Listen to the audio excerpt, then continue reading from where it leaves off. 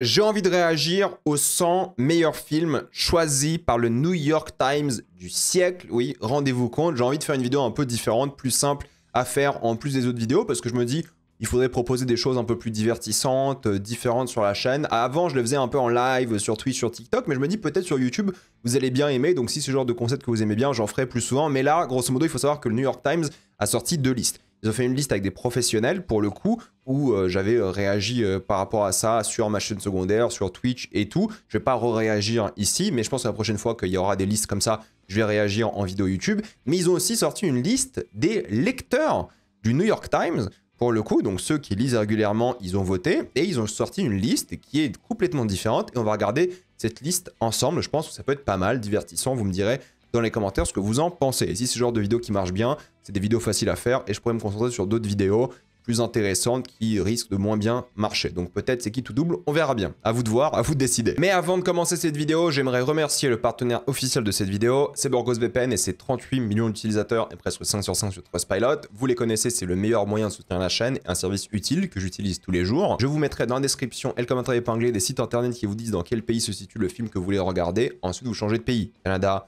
États-Unis, Royaume-Uni, Italie, Belgique, Suisse, peu importe, vous allez avoir la VESTFR et même la VEF dans certains cas. Quelques exemples sur Netflix, vous pouvez regarder Je suis toujours là, Paddington au Pérou ou La chambre d'à côté. Sur Disney+, vous avez Blanche-Neige, Captain America, Brave New World ou Un parfait inconnu. Sur HBO Max, que vous devez utiliser depuis l'application Max, et ça marche si vous avez un compte Canal. Il suffit de vous connecter à Max avec votre compte Canal, ça fonctionne. Vous allez avoir Sinners, Minecraft, Mickey 17 ou même de Brutalist. Pour les gros consommateurs de YouTube comme moi, vous avez YouTube Premium pour beaucoup moins cher. Prenez un peu de l'Union Européenne parce que d'après moi, c'est plus simple, comme la Roumanie, la Bulgarie. Si vous n'y arrivez pas, vous inquiétez pas, il y a plein de tutos en ligne qui vous expliquent comment faire sans problème. Et ça marche aussi sur d'autres abonnements, comme Letterboxd Patron par exemple. Vous serez en bien plus grande sécurité qu'un VPN, que ce soit sur la Wi-Fi de l'université, de l'hôtel, de l'aéroport ou même de chez vous. Vous pouvez partager un compte avec cette personne au total. C'est disponible sur tous vos appareils préférés sans aucun problème. Vraiment, tout le monde peut le faire en quelques clics. Vous pouvez essayer par vous-même car vous êtes satisfait ou remboursé sous 45 jours et vous avez une assistance technique en français 24h/7. Utilisez le lien dans la description et le commentaire épinglé afin de vous abonner à BurgosVPN et bénéficier de 43% de réduction plus 4 mois gratuits. Foncez sur l'offre. Vous avez, pour ceux que ça intéresse, la liste du New York Times qui a été décidée par des professionnels juste là. Je vous mettrai les liens évidemment dans la description, le commentaire épinglé. Donc c'est une liste complètement différente. Si vous voulez, on va la recommenter à la fin tout de même, mais rapidement. Si vous voulez le débrief, j'ai fait un gros live Twitch dessus, mais je vais quand même vous permettre de avoir mon avis rapidement dessus. Mais nous, on va s'intéresser à cette liste-là, plutôt The Top Movies According to Time Readers. Donc c'est une liste qui est complètement différente. Vous allez voir, on va d'ailleurs comparer. À la 100e position, nous avons donc Avengers Endgame. Et je suis assez étonné qu'Avengers soit aussi bas dans la liste. C'est un film qui a beaucoup marqué beaucoup de personnes, une véritable génération. Alors je sais pas si c'est la même génération qui lit le New York Times et qui va voir des Avengers, mais je suis quand même assez étonné d'avoir Endgame ici. C'était la conclusion d'un arc narratif absolument gigantesque, grandiose, donc je comprends pourquoi les gens aiment autant ce film, pourquoi il a autant marqué. Moi aussi j'ai beaucoup aimé à l'époque, c'était une vraie belle conclusion, il y avait de l'émotion, il y avait tout ce qu'il fallait pour faire vraiment plaisir aux fans du MCU de manière générale, donc je comprends pourquoi il y a une véritable hype par rapport à ce film, par rapport à cette œuvre. Donc oui, c'est pas choquant de l'avoir 100e, même si je pense que moi personnellement de ce siècle, je considère pas ces films comme dans le top 100 en termes de qualité, mais par rapport aux votants, c'est pas choquant, je dirais. Ensuite, Midsommar, c'est un film qui est hyper intéressant parce qu'il a remis un peu au goût du jour l'horreur pour beaucoup de personnes à une certaine époque. Et je pense que dans cette liste, on verra beaucoup de choses qui seront biaisées par rapport aux choses qui sont sorties récemment. Mais Midsommar, c'est un film qui est vraiment intriguant, qui est beau, qui est à la fois horrifique, psychologique, cette elevated horror que les gens aiment beaucoup. Donc je suis vraiment curieux de voir quel genre d'autres films d'horreur on aura ici. Je vois déjà The Lighthouse, je découvre la liste en même temps que vous, pour le coup, mais c'est un film qui a vraiment marqué, qui est impactant, qui est mémorable, qui a fait percer Florence Pugh. Du coup, je suis pas du tout étonné. Voilà, je fais pas des critiques de ces films-là, je vous explique ce que j'en pense. Est-ce qu'il est top 100 du siècle, encore une fois? Je pense pas spécialement, mais honnêtement, je comprends pourquoi les gens l'aiment beaucoup. Pareil pour Winter Break, The Holdovers, voilà, film de Noël, touchant, de bonnes performances, une ambiance vraiment unique que les gens recherchaient au cinéma depuis un long moment. Donc, pour moi, c'est compréhensible. C'est un super film. D'ailleurs, je vais remplir ici les statistiques. Mais c'est un super film qui est vraiment touchant, qui mérite d'être mis en avant parce que je pense que pas beaucoup de personnes l'ont vu, mais il devient rapidement culte. Donc si vous voulez un film où vous allez être ému, avec une ambiance vraiment, mais de Noël, un peu mélancolique, je pense que vous allez vraiment beaucoup apprécier celui-ci. The Lighthouse, un autre film d'horreur qui a marqué beaucoup de personnes par les performances d'acting qui sont absolument géniales, qui sont touchantes, qui a vraiment été réussi avec une ambiance unique, mélange de Lovecraft, encore une fois de dépression, de métaphores très sexuelles à certains moments. C'est un film qui est aussi impactant, qui est fort, qui est, oui, quelque chose que les gens adorent de manière générale, et je comprends parce que c'est partie des meilleurs films d'horreur, d'après moi, du siècle. Alors pas film général, mais du siècle, clairement, c'est l'un des meilleurs films d'horreur, et je l'adore personnellement. Le Château ambulant, c'est un classique, hein, on va en parler normalement avec mon invité cette semaine, vous allez voir, mais Château ambulant, c'est du Ghibli à l'état pur, avec une énorme odyssée de gens qui découvrent un nouveau voyage, et le concept est super touchant, parce que grosso modo, c'est une jeune femme qui devient vieille et qui doit faire face à ça, mais c'est aussi un film sur la guerre, sur le fascisme, il y a plein de choses politiques dedans. C'est un film qui est hyper touchant, il y a des séquences qui sont tellement magistrales, tu te dis comment ils ont fait ça à la main, c'est une folie, il y a beaucoup de figurants, entre guillemets, beaucoup de personnages, beaucoup de choses hyper marquantes, une musique dingue, l'un des meilleurs thèmes, je pense, de tout Ghibli. Vous allez clairement adorer, je comprends qu'il est là, et peut-être je l'aurais mis dans la liste d'un top 100 pour le coup, avec plein d'autres films, parce que c'est clairement l'un des meilleurs films d'animation du siècle. Inside Llewyn Davis, c'est un film que j'adore aussi, parce qu'il a vraiment fait percer, du coup, l'acteur principal, Oscar Isaac, c'était l'un des meilleurs films Cohen, l'un des plus touchants, et d'ailleurs, vous regardez ici, il est aussi sur la liste des 83e de la liste que je vous ai montré tout à l'heure, Best List, donc c'est assez marquant, je trouve, et je l'ai trouvé, bah oui, hyper touchant, hyper mélancolique, avec une vraie ambiance qui donne envie de t'intéresser à cette musique, on dirait une sorte de Bob Dylan loser, d'ailleurs, il joue sur ça dans l'œuvre. C'est, d'après moi, oui, un petit bijou que je conseille à tout le monde. Franchement, fan des frères Cohen ou pas, c'est magnifique et c'est un film assez universel que beaucoup de personnes peuvent adorer avec des performances de dingue, plein d'acteurs que vous connaissez qui sont dedans. Non, pour moi, c'est un vrai petit bijou. Moneyball, alors Moneyball, moi j'adore, ça fait partie de ces films du coup de sport qui sont hyper qualitatifs, mais ils sont hyper qualitatifs, je pense, par le talent d'Aaron Sorkin, le scénariste, qui fait un super travail du coup de scénario dessus, il est hyper talentueux. La mise en scène, elle est un peu OSEF, honnêtement, il est très classique dans sa mise en scène, c'est un peu dommage, mais pour moi, il est quand même assez marquant grâce à Aaron Sorkin, grâce à ce truc de baseball. Moi, j'en ai rien à faire du baseball, et le film m'a captivé, m'a marqué. Il est 45e d'ailleurs sur la liste, pour le coup, des meilleurs films choisis par des professionnels, mais je comprends parce qu'en fait, il a pris un angle du baseball qui était vraiment statistique, basé sur les dialogues et des films de sport. D'habitude, les films de sport, c'est sur l'action, sur le fait de réussir à chaque fois, le côté underdog, ce qui est représenté ici aussi, c'est une histoire vraie, hein, pour le coup, mais il a vraiment fait ce focus sur le dialogue, sur les statistiques, sur les mathématiques, qui est vraiment intéressant, et aussi sur la psychologie des joueurs, qui était vraiment pas mal. Donc Moneyball, je comprends le succès, 45e sur l'autre liste, je trouve que c'est un peu élevé, mais c'est très bien. Killers of the Flower Moon, pour moi, c'est l'un des plus grands films, pour le coup, du siècle, sans aucun doute. Il est d'ailleurs même pas dans l'autre liste, ce qui est un peu triste. Pour moi, c'est le meilleur film de Scorsese depuis, honnêtement, assez longtemps. C'est une véritable claque, ça parle de thématiques tellement fortes, profonde, avec une intelligence dans la mise en scène, l'acting est parfait, le scénario est gigantesque, c'est une véritable claque. Pour moi, on est vraiment dans l'un des meilleurs arcs de Scorsese de manière générale, hein. Pour beaucoup de ses films, d'ailleurs, vous avez des critiques sur ma chaîne, j'ai critiqué Killers of the Flower Moon l'année dernière, mais c'est un arc de Scorsese, vraiment, c'est l'âge d'or pour lui, j'ai l'impression, entre les films qu'il a sortis depuis le Loup de Wall Street, là, l'enchaînement Silence, Killers of the Flower Moon, Irishman, pour moi, je trouve ça assez fantastique, et là, c'est vraiment l'apogée. En théorie, si c'est son dernier film, c'est un film de fou. Donc finir ta carrière sur ça, ça serait absolument dingue, c'est grandiose, c'est l'un des films les plus marquants, je trouve, d'une véritable génération. Je pense que lorsqu'on va étudier le cinéma américain dans les années qui viennent, ou les films marquants cultes, il sera dans la liste. Sorti la même année qu'Oppenheimer, il s'est un peu fait éclipser, je trouve, mais il est extrêmement marquant, extrêmement fort. 3h30 quand même, mais d'un pur délire absolument dingue, touchant, aussi mélancolique, mine de rien, mais une histoire vraie importante. Il y a un truc sur le quatrième mur qui est génial vers la fin. Non, un grand film, d'après moi. Les Indestructibles, pour le coup, bah, je trouve ça vraiment bien. C'est pas ma came en termes de Pixar. Genre, le premier est très cool, très divertissant. Ils ont un peu changé la vibe des super-héros à l'époque et ils ont créé quelque chose d'unique. Et Brad Bird est génial en tant que réalisateur. Il a vraiment tout compris. D'ailleurs, c'est dommage qu'ils ne reviennent pas pour faire le troisième film. Mais oui, c'est une véritable claque. Oui, c'est hyper divertissant. Oui, c'est du Pixar comme on aime. Mais j'avoue que pour moi, l'histoire est un peu classique, mais efficace. Voilà, je pense que c'est un excellent film. Je comprends pourquoi les gens l'adorent. Et ça reste l'un des meilleurs films de super-héros de tous les temps, animé ou live action. C'est une véritable claque. Bon, vous connaissez, on va pas en parler pendant des heures, mais il est super. Knives Out, moi j'aime beaucoup. Je suis assez étonné de le voir dans le classement parce que je pense pas que les gens aimaient autant. Mais j'adore les Whodunit. Je trouve que Rian Johnson, c'est un très bon scénariste. Oui, pour tous ses projets, pour le coup. Un super bon réal. Bon, Glass Onion était un peu moins bien, mais il était quand même assez marquant, ce Knives Out, qui remettait vraiment à la mode, je trouve, les Whodunit. D'ailleurs, il a fait la série Poker Face par la suite, qui est aussi un Whodunit. Honnêtement, c'est très bien, c'est très divertissant pour les gens qui aiment un peu ce genre d'enquête, huis clos, avec des acteurs de fou, avec plein de révélations, c'est assez génial. Il a réussi à faire jouer Chris Evans bien, ce qui n'est pas facile pour un réalisateur. Ensuite, on a Bridesmaids, qui est donc 32e sur la liste des 100 meilleurs films. Je comprends pas. Genre, moi, personnellement, j'aime pas les comédies.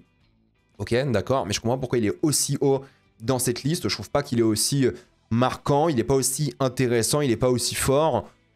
J'ai du mal. Honnêtement, j'ai du mal avec celui-ci. Bon, pour les fans de comédie, un peu féministes qui s'amusent, j'ai un peu du mal. Je vois pas pourquoi. Il est bien, hein, il est sympa honnêtement, mais c'est pas un film qui est absolument marquant. Contrairement à Drive My Car, qui là est un véritable choc émotionnel. C'est 3 heures pareil d'un pur voyage introspectif, mais aussi physique, évidemment. C'est une sorte de road trip movie psychologique, mais en même temps, ce qui est intéressant, c'est la manière dont il interagit avec lui-même, d'autres personnes. Ça parle de choses que j'ai pas trop envie de spoiler. Je pense que si vous regardez et vous découvrez le film, c'est bien, et parce que c'est 3 heures hyper intenses, mais à la fois doux et prenant, et c'est génial. Honnêtement, Drive My Car, lancez-vous dedans. C'est pas un film d'action évidemment, c'est vraiment un film sur la tragédie, sur le deuil et tout. C'est vraiment fort, c'est touchant, vous allez pleurer, mais c'est clairement l'un des meilleurs films de la décennie. Ça c'est sûr, je suis très content de l'avoir dans cette liste parce qu'il était pas du tout dans l'autre liste pour le coup. Top Gun Maverick, bon moi c'est une claque, hein. Tout le monde a adoré l'action. Le retour de Top Gun, l'un des meilleurs Legacy sequels qu'on ait eu ever, je trouve. Hyper prenant, hyper divertissant, une mise en scène vraiment réussie. C'était bien de A à Z, un excellent film d'après moi. C'est comme ça qu'on devrait faire des blockbusters. C'était génial. Voilà, j'ai rien d'autre à dire dessus, vous le savez tous, hein, c'est génial comme film. Comme The Master, pour le coup, qui est 42e sur la liste du top 100. Incroyable, The Master, c'est l'un des meilleurs PTA. Bon, ça parle de scientologie, ce qui est assez drôle, hein, vu qu'on passe de Top Gun avec Tom Cruise à The Master. Surtout qu'ils ont bossé ensemble, PTA et Tom Cruise. Mais c'est hyper intéressant parce que déjà, Philip Seymour Hoffman, Joaquin Phoenix, peut-être sa meilleure performance de sa carrière. Philip Seymour Hoffman aussi, incroyable. La dualité qu'il y a entre les deux, la manière dont ils se manipulent tous entre eux, la mise en scène de folie, les dialogues qui sont tellement prenants. Il a écrit un film, mais aux petits oignons. Vraiment, je pense aussi un peu universel. Tout le monde pourra regarder ça. Bon, pas des enfants évidemment, mais tout adulte pourra regarder ça parce que c'est hyper divertissant. Les interactions entre les personnages sont hyper intenses et c'est un film qui va à fond de A à Z et qui parle de ces âmes un peu perdues qui se font manipuler pour rejoindre une sorte de secte, hein, mais c'est basé sur la scientologie pour le coup. Et c'est marrant comment il déconstruit ça et en parle, explore ses personnages. C'est un grand film. Dune partie 1, je suis un peu étonné de le voir ici. Bon, j'adore Dune, évidemment. Je pense que le premier Dune est excellent. Je m'attendais à juste voir le deuxième, mais j'imagine que le deuxième sera bien plus haut dans la liste. Dune 1, c'est voilà le début, la politique, la mise en scène grandiose, Denis Villeneuve qui gère. Bon, vous connaissez mon avis sur Dune, je vais pas m'éterniser dessus, mais c'est un film assez incroyable, assez bien représenté dans sa patte graphique, même si on sent pas forcément bien la chaleur, ou il y a des choses qui sont un peu too much peut-être, c'est une partie 1 excellente. Ça finit bien en plus, t'as envie de voir la partie 2, mais ça finit convenablement. C'est parfait. Voir les deux films d'affilée, je pense que c'est une expérience assez unique. Faut que je me les tape d'un coup. J'ai acheté le Blu-ray en plus coffret avec les deux films. Faudrait que je les revoie d'affilée parce que ça doit être une expérience de folie maintenant que les deux sont sortis. Mais oui, voilà, il a fait un travail de fou. Ça va être cette trilogie de rêve hein, à Denis Villeneuve. Il va marquer, je pense, son époque et je suis content de le voir comme dans cette liste. Alors là-haut, j'ai une opinion assez impopulaire sur là-haut parce que je trouve que là-haut est un peu surcoté. Genre le début de là-haut est très bien, mais qui se rappelle de la suite? Honnêtement, avec le chien, leur voyage, je sais même plus où, c'est au Chili ou en Argentine ou je sais même plus où. Pour moi, ça perd vraiment en force, mais tout le monde parle de là-haut grâce au début, qui est très très bien, qui est touchant, mais bon, c'est 15-10 minutes au début, ne sauve pas le film, et plus t'avances dans le film, moins c'est fort, la fin est pas mal, touchante, mais là-haut, moi je trouve qu'il est extrêmement surcoté. Voilà, honnêtement, je trouve que c'est un film extrêmement surcoté, qui mérite pas vraiment, d'après moi, d'être aussi bien coté par les gens. Je dis pas que c'est un mauvais film, mais Pixar ont fait beaucoup mieux, et c'est l'un des moins impactants, sauf le début, qui pour moi carry trop cette œuvre. Barbie, honnêtement, c'est bien, mais c'est tout. Enfin voilà, ils en font des caisses, les Américains, avec Barbie. De toute façon, les New York Times, c'est les Américains qui lisent majoritairement, mais ils en font vraiment des caisses. C'est un film qui est, d'après moi, vraiment ok tiers, quoi. C'est sympa, c'est bien, c'est un bon film. Je pense qu'ils ont géré, c'est divertissant, c'est cool. C'est le blockbuster féministe à l'américaine. Ok, d'accord. J'ai rien d'autre à dire dessus, quoi. C'est bien, il y a des messages intéressants, mais c'est facile, quoi. C'est facile, c'est pas profond. C'est divertissant sans plus. Je dis pas que c'est un mauvais film, je pense qu'il est vraiment bien, mais ils abusent. Franchement, les Américains avec Barbie, ils abusent. Là où Perfect Days, pour le coup, il est clairement dans cette liste de films qui méritent d'être là, quoi. Parce que Perfect Days, c'est Wim Wenders, c'est quand même l'histoire d'un mec qui nettoie des chiottes, et c'est le truc le plus excitant que tu vas avoir de ta journée, quoi. C'est incroyable à quel point il est déjà avec la meilleure bande-son que vous allez voir dans un film de votre vie. Je déconne même pas, hein, la bande-son est incroyable, mais surtout la manière dont il est montré en train de faire ce travail, les traumatismes qu'il a avec sa famille, qu'il est réellement, comment il trouve du bonheur dans son travail, les petites choses, son âge un peu avancé, super acteur en plus de ça. La collaboration entre les deux est phénoménale. C'est un film qui est tellement incroyable. Pour moi, c'est peut-être l'un des chefs-d'œuvre de cette liste. Il mérite clairement sa place. Regardez Perfect Days, j'en ai déjà parlé en vidéo pour le coup. On en reparlera évidemment, je pense, des années et des années plus tard, parce que c'est l'un de ces films majeurs d'après moi. C'est l'un des films les plus marquants d'une génération et les gens vont adorer. Et encore une fois, je pense que c'est un film pour tout le monde parce que c'est juste un mec qui nettoie des toilettes. Il y a tellement d'émotions, tellement de symbolisme, tellement de choses qui sont touchantes, qui sont fortes. Non, c'est un film absolument incroyable d'après moi. Bon, tu dis, ok, il y a Mean Girls à côté. Bon, franchement, ok, je l'ai vu, hein. J'aime bien Mean Girls, plaisir coupable. Mais ça reste une comédie populaire américaine qui n'est pas forcément très marquante, très touchante, très drôle. Bon, c'est sympa, je comprends pourquoi ça a matrixé une génération à l'époque, mais j'ai rien à dire dessus, quoi. C'est sympa sans plus. Plaisir coupable, moi j'aime bien, je trouve que c'est kiffant à regarder, mais c'est pas ce que je considère un grand film. Après, c'est les films favoris des lecteurs, encore une fois. Par contre, Crouching Tiger, Hidden Dragon, c'est l'un des meilleurs films de Kung Fu de tous les temps. Pour le coup, il est 16e sur la liste qu'on va voir tout à l'heure. C'est un film marquant, majeur, impactant. C'est l'un des meilleurs films d'action que vous allez voir de votre vie. C'est hyper intense, c'est des chorégraphies de malade. Tu te demandes vraiment ce qui se passe, une histoire qui te tient au trip, des acteurs de fou. C'est marquant. Non, vraiment, pour le coup, c'est un film qui est marquant, qui mérite d'être vu si vous ne l'avez pas vu. C'est l'un des plus grands films d'action ever d'après moi. Anatomie d'une chute, qui est aussi 26e sur l'autre liste. Je pense que c'est mérité. Je pense que c'est un super film, un chef-d'œuvre aussi, extrêmement marquant par, désolé c'est un mot que j'utilise beaucoup, mais par le travail des acteurs, par le scénario, par le mystère qui n'est pas vraiment un mystère, par ce qui est raconté dans le film, par cette libération un peu de la femme, mais en même temps, tu te poses des questions sur elle, la relation avec l'enfant qui est géniale. Il y a plein d'idées absolument folles. Bon, j'en ai beaucoup parlé, Anatomie d'une chute, c'est un super film. Si vous l'avez pas vu, regardez-le, il mérite clairement d'être dans ces listes d'après moi. C'est l'un des meilleurs films, en tout cas de la décennie, peut-être pas du siècle, hein, mais de la décennie, pour moi, c'est un chef-d'œuvre. Gone Girl, hein, 64e sur la meilleure liste aussi. C'est un film absolument dingue, pour le coup, qui est l'un des films majeurs de Fincher. On pensait plus qu'il avait la sauce à ce stade-là, Fincher, mais il a fait un film qui parle encore une fois de femmes, d'ailleurs, qui essaie de s'émanciper, mais pas trop à la fois, dans une ambiance glauquissime, marquante, ouais, vraiment anxiogène. Bon, du Fincher comme on aime, un thriller, un peu érotique aussi. C'est un super grand film. Bon, Gone Girl, vous connaissez tous, ça mérite clairement sa place. Je pense que c'est un des meilleurs films aussi de la décennie précédente. Michael Clayton, c'est peut-être un film un peu moins connu, mais c'est du coup fait, réalisé et scénarisé, si je dis pas de bêtises, par le créateur d'Andor, donc Tony Gilroy. C'est d'ailleurs pour ça qu'il est aussi bien connu aujourd'hui. Tony Gilroy, c'est donc Jason Bourne surtout, mais aussi Michael Clayton, qui est une sorte de thriller dans le monde des avocats, qui est hyper prenant. D'ailleurs, les 83e sur l'autre liste. C'est peut-être l'une des meilleures performances de George Clooney de une, mais c'est tellement dingue à quel point ce film a créé une sorte de communauté culte en ligne, parce que les gens l'adorent, ils disent putain, t'as pas vu Michael Clayton, c'est génial et tout, faut que tu le regardes. Bah, ils ont raison, c'est un super thriller que tout le monde peut regarder parce que c'est hyper divertissant, hyper rythmé par rapport au stress que dégage le film, ce qu'il représente et tout dans voilà, ses personnages, dans l'histoire qu'ils vont raconter. Franchement, regardez-le, c'est un pur plaisir de thriller. De Prestige, bon, c'est un film que j'aime beaucoup aussi, hein. Je pense que c'est un Nolan hyper intéressant, divertissant, génial. Bon, il n'y a rien à dire, vous connaissez tous Le Prestige, c'est un top film. Vraiment, c'est un top film, vraiment très bien. Rien à dire, il gère Nolan, voilà, c'est des twists que les gens aiment bien, c'est des personnages que les gens aiment bien. Je trouve qu'il en fait un peu trop à la fin, mais j'aime beaucoup de Prestige, je vais pas m'éterniser dessus parce que tout le monde l'a vu. Alors ça, c'est Julie en 12 chapitres en français. Voilà, c'est vraiment un film sur une femme antipathique que tu détestes, mais bon, faut aimer ce genre de cinéma, il est aussi dans la liste, hein, pour le coup. C'est quand même un film qui parle de la vie, mine de rien, c'est un peu une ode à la vie, je trouve, même si le personnage est un peu détestable. C'est quand même un film qui parle de relations avec une actrice qui est géniale, hein, d'ailleurs, dans le rôle, qui parle de relations, de ce qu'elle représente, de qui elle est elle-même, de comment le monde réagit à elle. Bon, c'est un film que je trouve absolument super pour le coup, qui est touchant, qui est beau. Chef-d'œuvre, je sais pas, mais il fait partie de cette liste des super films que moi j'aime beaucoup.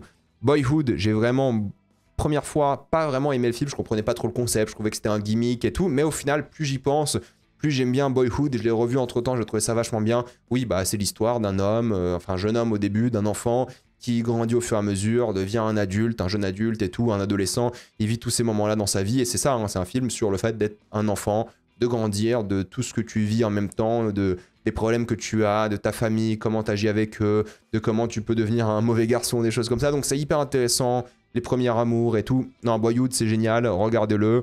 Bon, c'est pas pour tout le monde, je pense, Boyhood, parce qu'il faut vraiment être dans le délire, faut accepter, faut aimer Linklater, c'est spécial, mais c'est vraiment bien. Black Swan, hein, c'est un super film d'Aronofsky sur l'obsession, sur ce que ça signifie de vouloir vraiment réussir son art, d'être complètement obsédé par ça, de risquer sa vie pour son art, en même temps de vivre des choses traumatisantes, psychologiques. Ça fait penser un peu à un film dont j'ai parlé récemment qui s'appelle Perfect Blue, qui était un peu dans la même veine, et je pense que Perfect Blue c'est un peu l'inspiration de Black Swan, mais en tout cas c'est un film qui va vous prendre au trip, qui sera une sorte de plongée thriller psychologique dans la tête de quelqu'un, qui sera vraiment bien mise en scène. C'est peut-être l'une des meilleures performances de Nathalie Portman. C'était vraiment, voilà, le buzz était mérité à l'époque, c'était assez génial. C'était vraiment hyper divertissant tout en parlant beaucoup de cette chose introspective, de ce que représentent les personnages et tout. C'est un film qui a beaucoup marqué à juste titre, je pense qu'il mérite d'être dans cette liste, c'est peut-être l'un des meilleurs films du siècle en effet. Là où j'ai trouvé Spotlight moins marquant, il a gagné l'Oscar du meilleur film l'année de sortie. C'est un film un peu classique, voilà, évidemment, sur l'enquête, je crois que c'était quoi, les prêtres pédophiles, si je dis pas de bêtises, je me rappelle même plus pour vous dire, tellement ça va pas du tout marqué. C'est un bon film pour le coup, le côté thriller, d'enquête journalistique qui était sympa, mais je me rappelle plus du concept, je me rappelle plus vraiment des personnages, de ce qu'ils ont vécu, de ce qu'ils représentent.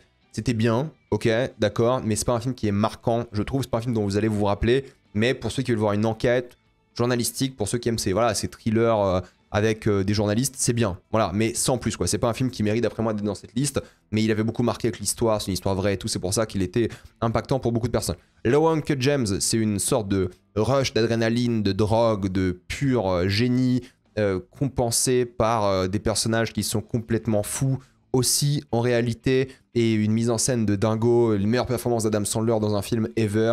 C'est un rush d'adrénaline dans les bas-fonds de New York, c'est un film absolument grandiose. Je crois que c'est encore disponible sur Netflix, mais franchement, si vous voulez avoir votre cœur qui bat pendant 2 heures d'affilée, Uncut Gems, c'est génial pour ça. Bon, vous le connaissez, j'imagine, mais regardez-le parce que c'est une claque. Tree of Life, c'est un grand film. Alors là, c'est vraiment le film mélancolique qui raconte entre guillemets l'histoire de la vie d'une famille, mais c'est peut-être l'un des plus beaux films de tous les temps, honnêtement. En termes de photographie, c'est une véritable claque. Peut-être c'est un film qui va ennuyer beaucoup de personnes, je sais pas, mais c'est un film qui a marqué vraiment aussi une génération parce que les visuels étaient hors du commun.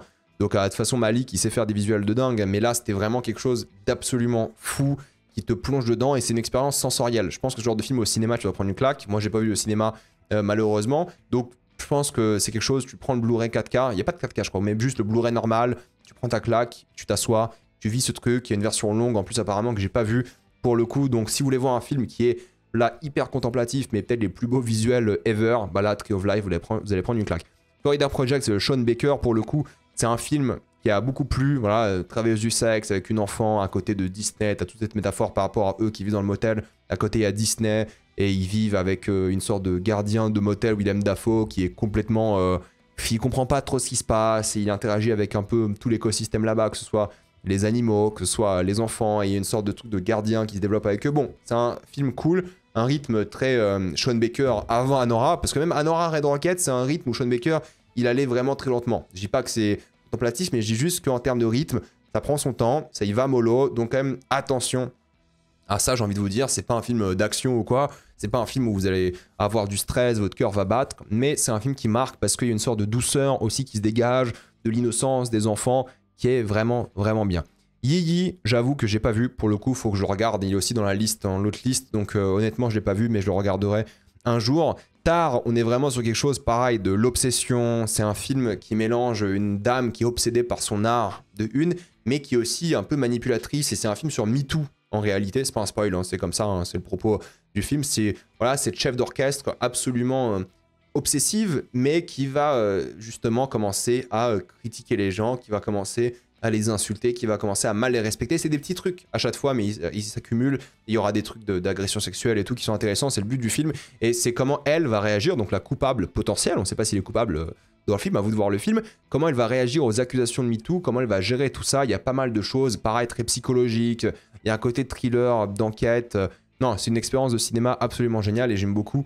Tar, vous allez adorer. De même pour The Handmaiden, donc c'est Mademoiselle en français. Là, pareil, c'est un film hyper psychologique. Park Chan-wook qui crée une sorte de relation entre plusieurs femmes et des familles. Et voilà, le côté entre richesse et pauvreté, il y a un truc social par rapport à ça. C'est un film hyper érotique aussi pour le coup, mais c'est dur d'en parler. Franchement, c'est le genre de film, faut regarder, faut le découvrir parce que le lien qui se tisse littéralement avec des objets entre les femmes, les moments tellement contemplatifs sur les paysages, la richesse et tout, qui sont là clairement en contraste avec l'érotisme le plus pur et les relations. Vraiment, franchement, regardez. C'est dur d'en parler, mais regardez-le. C'est une véritable claque, mais encore une fois, c'est un rythme qui est très lent, mais il y a un truc psychologique assez fou par rapport à ça, et il y a des moments assez chocs, mais c'est par Chan-wook, au sommet de son art, pour le coup, c'est un grand film aussi.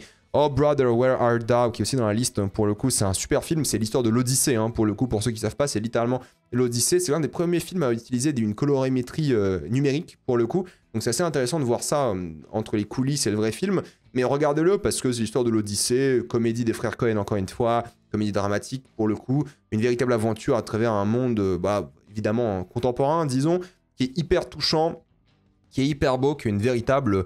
Oui, aventure, c'est le terme, quoi. C'est vraiment une odyssée de personnages, avec plein de petites rencontres, plein de petits personnages à droite à gauche. C'est grave beau, c'est drôle surtout, et George Clooney aussi gère dans ce film. Fantastic Mr. Fox, aussi un super film, je trouve, d'animation. Je trouve que quand il fait l'animation, Wes Anderson est très bon. C'est drôle, c'est beau, c'est hyper original, il y a plein d'idées à droite à gauche, c'est constamment que ça. C'est top, franchement top, rien à dire, j'aime beaucoup l'animation, j'aime beaucoup ce qu'il a fait avec ce travail-là, c'est l'un de mes films préférés, je pense, de Wes Anderson, à force, plus j'y pense, plus je l'aime, faudrait que je le revoie, c'est longtemps que je l'ai pas vu, mais oui, je sais que ce qu'il fait par rapport au personnage, comment il gère la mise en scène, il a plein d'idées, et parfois il a plus d'idées en animation, je trouve, qu'en live action, mais c'est un grand film aussi d'après moi, l'un des meilleurs films d'animation du siècle, ça c'est sûr. Concernant Her, c'est un super film que beaucoup de personnes ont vu, pour le coup, voilà, c'est un film d'un homme qui tombe amoureux d'une intelligence artificielle, voilà, c'est d'actualité pour le coup, c'est son téléphone, et oui, c'est vachement touchant, c'est vachement bien, ça parle de la solitude de cet homme, de qui il est, comment on gère la technologie, c'est très mélancolique aussi, qu'est-ce qu'on fait par rapport aux IA, comment on réagit émotionnellement par rapport aux IA, qu'est-ce qu'elles nous font de manière psychologique, de manière sociétale. Bon, c'est un super film, il joue super bien en Joaquin Phoenix, il y a plein d'idées de mise en scène. Non, franchement, c'est très bien. Je dirais pas que c'est un chef-d'œuvre, mais c'est très bien. Là où le Blade Runner, qui parle aussi d'IA, pour le coup, d'existence, de qui on est, ce qu'on fait, est hyper touchant, et hyper beau, et hyper marquant, et génial, quoi. Pour moi, c'est l'un des Legacy sequel, qui a le plus réussi. Pour le coup, avec Top Gun Maverick est certaine, hein, mais là, c'est une claque, hein, de A à Z. Denis Villeneuve, il a clairement réussi son pari. Les visuels, la musique, l'ambiance, les personnages, les thématiques abordées, qui parlent justement d'être ou pas un humain. Non, franchement, c'est top, vous devez le regarder. Hérédité, c'est un film qui a beaucoup marqué, d'horreur. Il a vraiment aussi, avec Midsommar, remis à la mode l'elevated horror, et c'est compréhensible. Honnêtement, c'est compréhensible parce que c'est un super film qui est hyper intelligent, qui a réussi vraiment son approche, je trouve aussi. C'est un rythme, encore une fois, très lent, pour le coup, mais avec des moments chocs, un slow burn efficace, et des moments dont vous allez clairement vous rappeler, surtout le début en voiture, évidemment, tout le monde s'en rappelle, mais c'est un film qui parle évidemment de hérédité, des traumas familiaux qui sont transférés et tout, c'est génial. Memento, c'est l'un des films de Nolan les plus intelligents, les plus marquants, je trouve. On est quoi, deuxième film de Nolan de la liste pour le coup. C'est l'un des plus réussis parce qu'il joue avec la grammaire cinématographique de une, le montage, le scénario, donc il a vraiment réussi ça, et c'est pour ça que c'est un film intéressant, je pense, Memento, qui est vraiment bien, et l'un des seuls où Nolan s'est vraiment battu avec la grammaire cinématographique pour raconter une histoire différente et nouvelle, et je trouve qu'il a vraiment réussi son pari. Dommage qu'il n'ait pas rebossé avec Guy Pearce depuis, parce que c'est un acteur qui est formidable, ils auraient fait une super collaboration, mais Memento, c'est absolument génial, je trouve, il mérite d'être dans cette liste, peut-être pas du siècle, hein, mais c'est un des films les plus intéressants du siècle.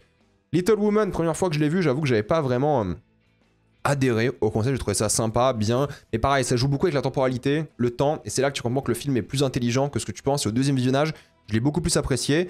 C'est bien, c'est exceptionnel. Je pense que Greta Gerwig a fait un bon travail, il y a quelques idées, mais c'est le scénario qui m'a plus marqué, les actrices, et vraiment plus que la mise en scène. Mais c'est bien, honnêtement, c'est bien, c'est divertissant, c'est kiffant, c'est fun. Bah, comme Django. Django, évidemment, c'est un des films de Tarantino les plus appréciés. C'est vraiment de la blaxploitation presque, t'as l'impression, avec des acteurs de dingue, encore des Oscars hein, pour le coup.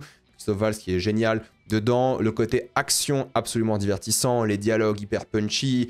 Tout est vraiment bien réussi pour le coup, un peu long, surtout vers la fin, le troisième acte est un peu long, mais globalement, c'est une belle pépite satisfaisante, assez dingue, donc pour les fans, je dirais même pas que c'est un western en théorie, ou alors ce serait un western d'action comique, mais c'est un film très drôle, très critique d'une certaine Amérique, donc franchement, c'est génial. Ratatouille pour le coup, c'est un des meilleurs Pixar, l'un des plus réussis, l'un des plus touchants, l'un des plus beaux, bon, rien à dire dessus, hein, c'est une véritable claque de A à Z presque.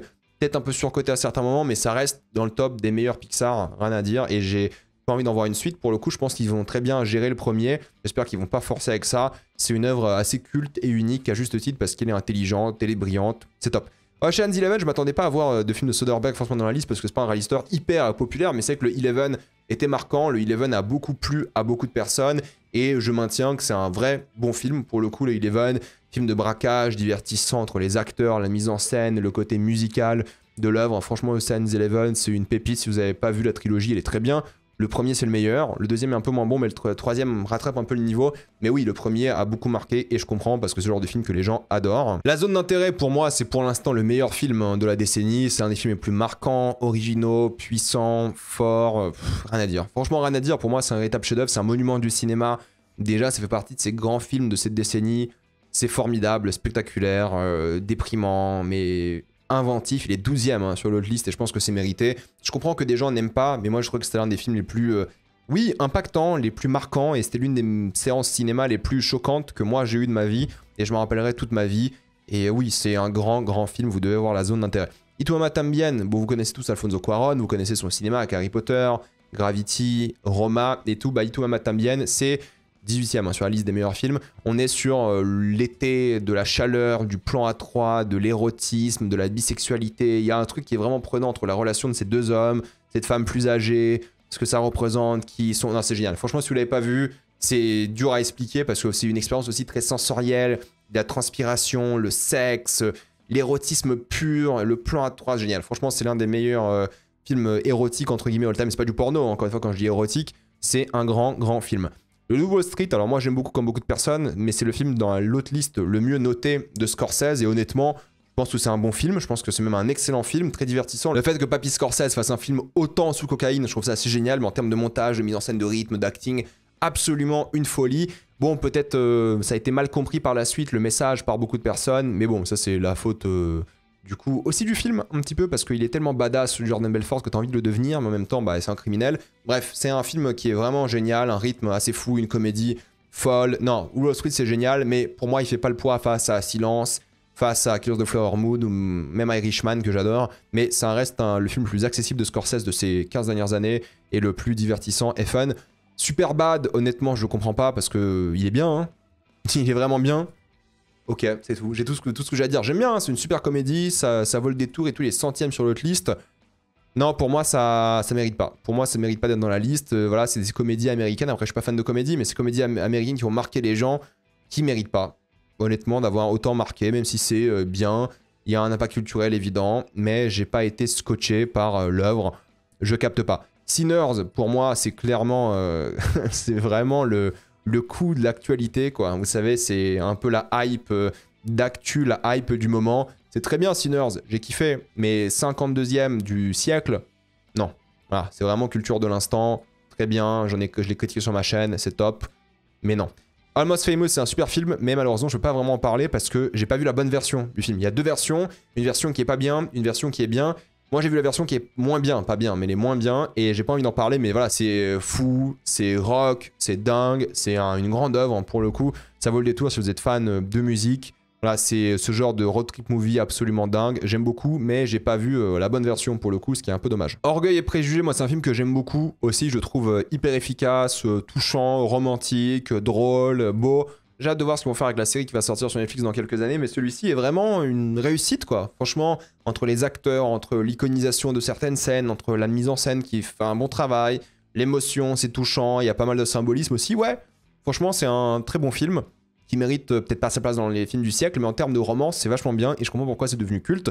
Memories of Murder, 49e, c'est peut-être un peu bas dans la liste, mais pareil, il est 99e sur l'autre liste, je trouve que c'est un peu abusé parce que c'est un des plus grands thrillers de tous les temps, entre, encore une fois, les personnages, cette ambiance, le contexte, les thématiques, les visuels de fou, les idées de mise en scène, c'est clairement l'un des meilleurs thrillers of all time pour le coup, donc il mérite d'être dans cette liste, mais il est peut-être un peu bas. Kill Bill Volume 1, bah je kiffe, un film d'action Tarantino vraiment divertissant, top, touchant, beau. Bon, rien à dire, c'est un film qui marque, c'est un film qui est réussi quasiment de A à Z, c'est top quoi. C'est pas un grand film, mais en termes d'action, pour ce que vous recherchez, de vengeance et tout, pour moi ça vaut le détour, clairement. Past Lives, c'est peut-être un peu la culture de l'instant aussi, mais je trouve que c'est un super film, moi je trouve que c'est un chef-d'œuvre, j'adore. 47e du siècle, c'est peut-être un peu généreux, mais c'est un bon film. Voilà, j'en ai déjà parlé sur ma chaîne, vous savez ce que j'en pense. Cet amour impossible, est-ce qu'il y a de l'amour entre les deux ou pas du tout? Qu'est-ce qui se passe au final entre ce personnage-là? Il y a beaucoup de choses qui se passent par la mise en scène. Ling Sung, il a vraiment réussi une belle œuvre. Rien à dire, c'est bien, mais c'est pas non plus voilà, l'œuvre du siècle d'après moi, et 47e, c'est un peu haut. Amélie, c'est un film que beaucoup d'étrangers aiment beaucoup, et moi aussi je trouve qu'Amélie c'est génial, c'est bien et tout. Faudrait que je le revoie, leur donner une chance, mais oui, c'est les clichés parisiens, français que les gens adorent. C'est pour ça que c'est un film qui a cartonné à l'international, parce qu'ils s'attendent à ça quand ils arrivent à Paris. Mais c'est un film qui a plein d'idées, qui est touchant, qui est beau, qui réussit plein de choses. Donc je comprends pourquoi les gens aiment Amélie, surtout les étrangers. Moi j'ai un peu de mal, il faudrait que je le revoie. J'avais plus préféré Delicatessen à l'époque, mais bon, faut que je le revoie à bénéfice du doute. Phantom Thread, c'est un chef-d'œuvre. Encore une fois, on va en parler avec mon invité cette semaine. Phantom Thread, véritable chef-d'œuvre, marquant, fort, impactant, des visuels de fou. Paul Thomas Anderson, la relation entre les deux, l'actrice principale, géniale. Bon, Daniel Day-Lewis, on n'en parle même pas, c'est un grand acteur. Rien à dire. Voilà, c'est des films de ouf. PTA, il est sur une run générationnelle, que des chefs-d'œuvre, et ça en fait partie. La musique est dingue aussi. Les 25e sur l'autre liste, pour moi, c'est vraiment mérité. C'est absolument grandiose. Il n'y a rien à dire. C'est un véritable chef-d'œuvre. Wall-E, pareil, je trouve que c'est un peu surcoté. C'est un bon film. Est-ce que c'est le meilleur Pixar? Je ne pense pas pour le coup. Je pense que Ratatouille c'est meilleur. Faudrait que je le revoie aussi, mais j'ai pas été marqué par ça. J'aime bien l'idée d'avoir quasiment zéro dialogue. C'est une belle approche, je trouve, à l'œuvre, mais c'est pas ça que je trouve très dingue dans l'œuvre. Et je trouve que c'est une œuvre qui est pas très originale, pas très forte, même s'il y a pas mal d'émotions. Mais bon, encore une fois, il faudrait que je le revoie. Je vais pas trop critiquer Wall-E, mais je trouve un petit peu surcoté. Peut-être lorsque je le reverrai un peu moins. Le Seigneur des Anneaux, je trouve que les deux tours ne méritent pas forcément d'être dans le top 100 du siècle, mais soyons honnêtes, ça reste un chef-d'œuvre, ça reste un monument du cinéma. 43e et voir genre Little Miss Sunshine au-dessus, ça fait un peu mal au cœur, mais il mérite dans la liste parce que ça reste un grand film épique, absolument légendaire, qui a marqué une génération aussi à juste titre parce que c'est une trilogie de malade mental. Et si les deux tours est là, bah, je pense que les deux autres seront dans le top, peut-être même 10, hein, j'en sais rien, ou moins top 20. On verra bien, mais oui, je comprends parce que c'est une trilogie unique, on n'a jamais fait ça, c'est clairement l'une des choses les plus marquantes de tous les temps, moi j'adore. Peut-être la version courte est meilleure, je trouve que la version longue est un peu trop longue pour le coup. Faudrait que je les revoie et j'en ferai une critique. Mais la dernière fois que je l'ai vu, c'était en ciné-concert à Lille et c'était une claque. Et oui, ça passe super vite alors que ça dure 3 heures, même plus en version longue.